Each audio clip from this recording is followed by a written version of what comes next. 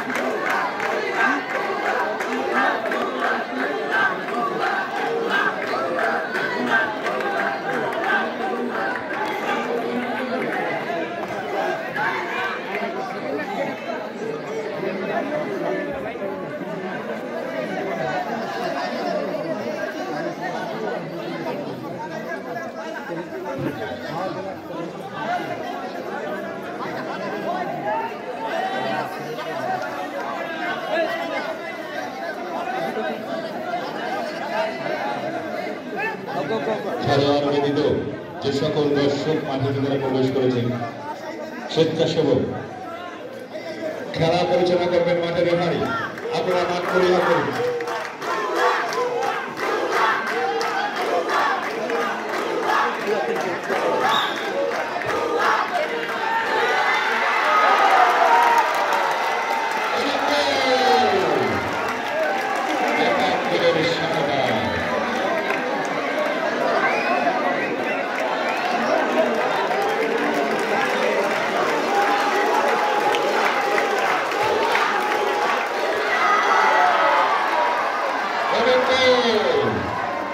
ইরানের মায়ের থেকে দ্বিতীয় গোল।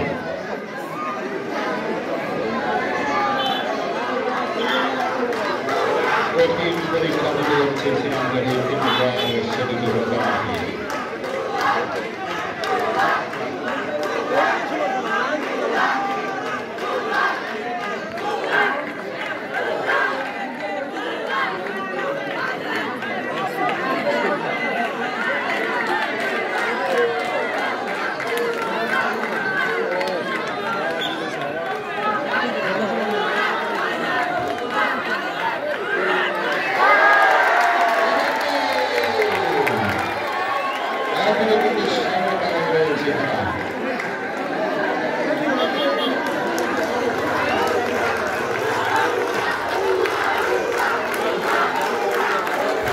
আবারও আপনাদেরকে ট্রাইবেকারের সময় যে খেলাটা হয়েছিল সেখান থেকে দেখাচ্ছি ট্রাইবেকার কিভাবে করা হয়েছিল। প্রত্যেকটি শট এখানে ওঠানোর চেষ্টা করেছি, জানি না কতটুকু এসেছে, এরপর আশা করি ক্লিয়ার দেখাবে। এখানে ট্রাইবেকারের সময় দারুণ মুভমেন্ট ছিল, সকলেই উত্তেজিত, দুপাশের জনতা খুবই উত্তেজিত ছিল। শেষ পর্যন্ত একটা ফলাফল হয়ে যায়। দেখুন ট্রাইবেকারের সময় কিভাবে গোলগুলো পাস করা হয়, কি অসাধারণভাবে ঢুকে যায়। দর্শকদের উচ্ছ্বাস, উল্লাস, উন্মাদনা সেরকম ছিল যেটা বলার অপেক্ষা রাখে না। ঈদের পরে বিশেষ করে পিরোজপুর জেলার নাজিরপুরে এ ধরনের অনেক আয়োজন হয়ে থাকে।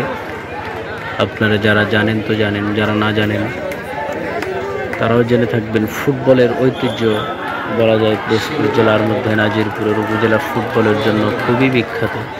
আর এই ফুটবল খেলা নিয়ে খুবই আমেজ হয়, সেটা দেখতেই পাচ্ছেন কতটা পরিমাণে জাগ্রত জনতা।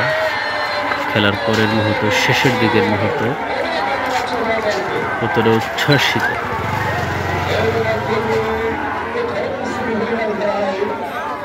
সবশেষে আমি বিদায় নিচ্ছি। মানুষের জন্য চ্যানেলটি সাবস্ক্রাইব করুন, লাইক করুন, শেয়ার করুন, কমেন্ট করুন। এই ভিডিওগুলি ফেসবুক প্লাস ইউটিউবে দেওয়া হয়। আমি শামীম শেখ, নাজিরপুর থেকে।